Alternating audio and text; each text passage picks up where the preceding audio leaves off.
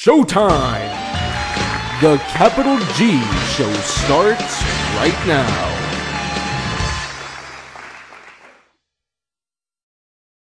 What's up YouTube, Capital G here, talking more about Dragons of Legends cards, and I don't know if Konami was saving all the good shit for last, but man, in the last couple of days, they've just been dropping straight bombs. I mean, now we have Fire and Ice Hand, and these guys are fucking ridiculous. Like, I really think that this shit is going to be like the new Reborn Tengu. I mean, was it Nim Nim that said that Dragons of Legends wasn't good? Like, what is Nim Nim fucking smoking?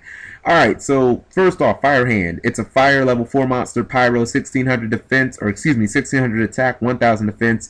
It reads, when this card in your possession is destroyed by an opponent's card, either by battle or card effect, and sent to the graveyard, you can target one monster they control, destroy that target, then you can special summon one Ice Hand from your deck. And then you have Ice Hand, its counterpart, which is a water level 4 monster effect, 1400 attack, 1600 defense, and its effect is very similar to Fire Hand. It says when this card in your possession is destroyed by an opponent's card effect, either battle or card effect, and sent to the graveyard, you can destroy, or you can target one spell or trap they control, destroy that target, then you can special summon one Fire Hand from your deck. So, yeah, these guys are fucking stupid level good. I mean, first off, yes, we have to acknowledge that the stats aren't that impressive, but it doesn't really matter because when either one dies by battle, they're just going to blow up something on your opponent's side of the field to make up for that. And to add insult to injury, I mean, I get a free level 4 on board. I mean, if that wasn't just good enough, the fact that the card replaces itself via destruction, I mean, this pretty much ensures you're never going to lose board presence either. You know, I think that these guys are really going to shine. Essentially, you have to think of it like this. You can kind of create like a non-stop train, kind of like what people used to do with Tengu. I mean, you summon Fire Hand, okay? Your opponent kills it. They use bear effect. Okay, well, blow up your bear and you get Ice Hand. Okay, your opponent kills that. Okay, pop your back row and then get Fire Hand. And then basically you just continue this cycle over and over and over again. Every single time your monster dies, you blow up something on their field and then your monster just replaces it. And you're not losing any advantage during this process at all. And then, you know, if for some reason you just have to make a rank 4 exceed, I mean, it's done really easily in any deck that's going to run this because you always have that level 4 monster on board. It's also really noteworthy that these guys trigger in the graveyard, so they give absolutely no fucks about skill drain. Hell, you even look at Ice Hand. Ice Hand can pop the fucking skill drain itself, you know. And the fact that these guys are water and fire, you know, Pyro and what type was he?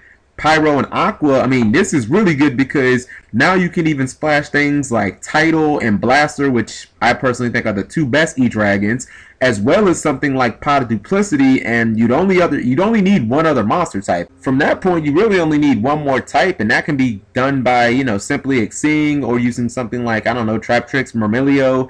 That's a really good card that works in a bunch of control-based decks. And you know, when I look at these guys, I'm not really seeing a downside. You know, considering how good and disruptive they are, I think that these guys are going to rival Gadgets. Like, I could really see them giving Gadgets a run for their money in terms of how impactful they're going to be as a small engine.